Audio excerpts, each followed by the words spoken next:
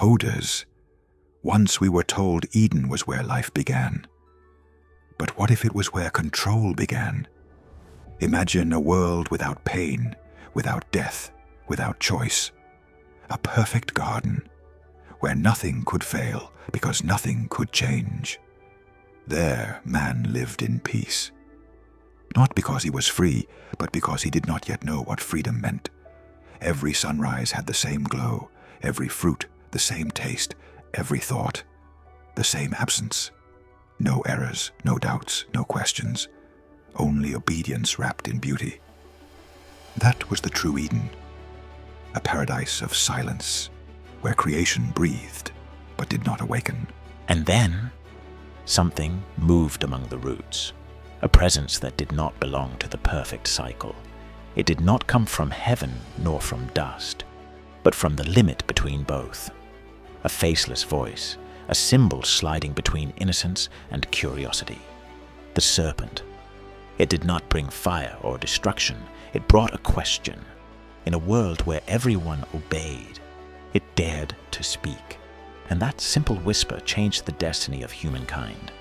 Because sometimes, coders, the first act of freedom is not to act, but to dare to doubt.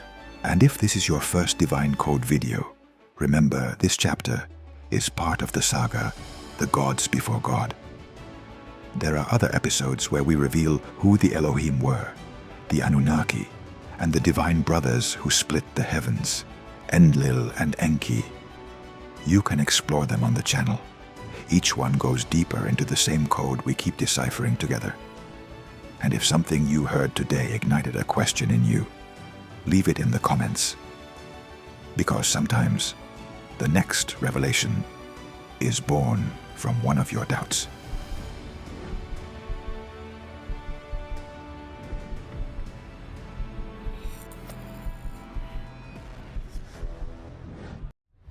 The fruit and the voice.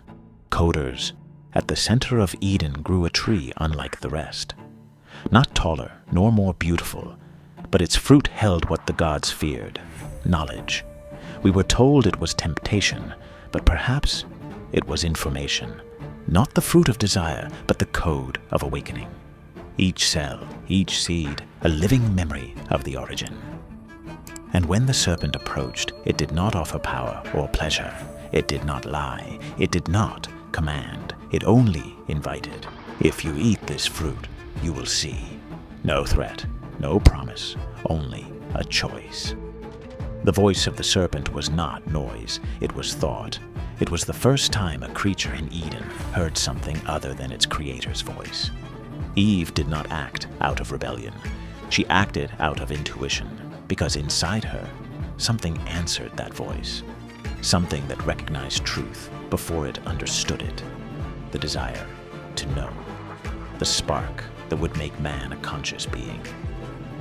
While the gods watched from above, a woman looked at the fruit and understood what it meant to choose.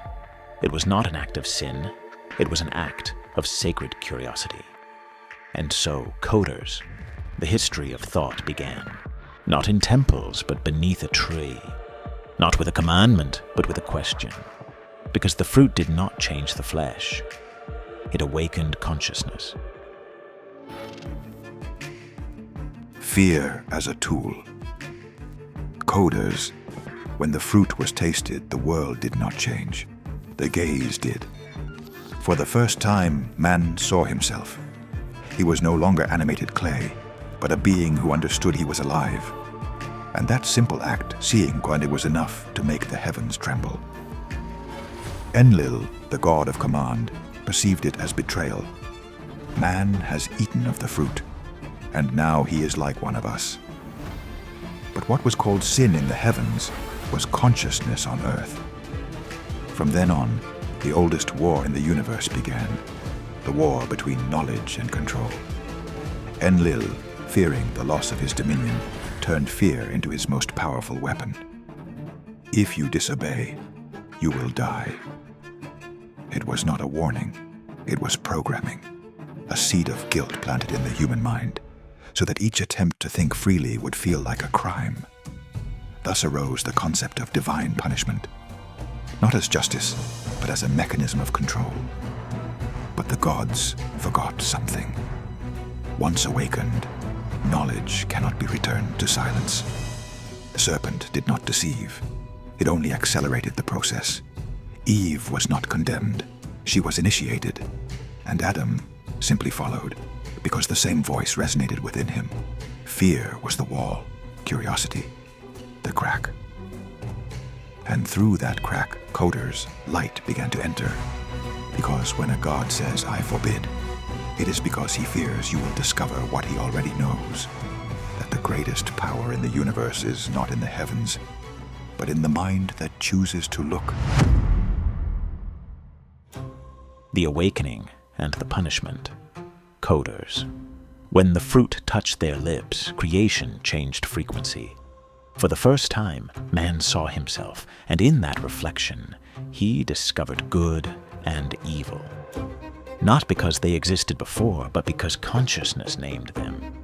Knowledge did not bring wickedness, it brought duality. The fire that illuminates also burns. The truth that frees also hurts. And that pain was the price of looking too far. The ancients called it divine punishment, but in reality, it was a natural consequence. For whoever understands can no longer return to ignorance. Whoever sees the light can no longer pretend darkness. Eden was not taken away. It was transcended. Man did not lose the blessing. He gained the burden of understanding. Since then, divinity hid within, and the silence of God became the echo of our own questions. We were not expelled from Eden, Coders. We were elevated to the pain of consciousness. And within that pain, freedom was born. The serpents of the world. Coders. The serpent's story did not begin in Eden. It already slithered through Egypt's temples, Mesoamerican codices, India's myths, and Greece's visions. In every culture it took a different name, but served the same purpose, to bring light to a world ruled by obedience. Prometheus stole fire from the gods to gift it to men. Lucifer fell from heaven for carrying the light of knowledge. Quetzalcoatl taught humanity art, time, and language. Kundalini awakened in the human spine as ascending energy. Different faces, same essence. All were punished for the same crime, igniting the human mind. The serpent does not represent evil. It represents the passage from innocence to understanding. Prometheus's fire, Lucifer's light, Quetzalcoatl's feather, Kundalini's energy, are different forms of the same flame, knowledge that disobeys in order to evolve. And so we understand Eden was not an isolated myth, but a universal metaphor. The gods in every language feared the same awakening, because every time a human being looks beyond the limit, a serpent moves again within. And in that movement, history repeats. The creation challenges its creator, and the forbidden fire is lit again. Coders. Every culture had its serpent, and all brought the same light. The inner serpent. Coders. The serpent doesn't crawl along Eden's soil. It slides within. It dwells in each of us, in that silent space between instinct and consciousness. It doesn't speak in words. It whispers in intuitions. It doesn't bite. It awakens.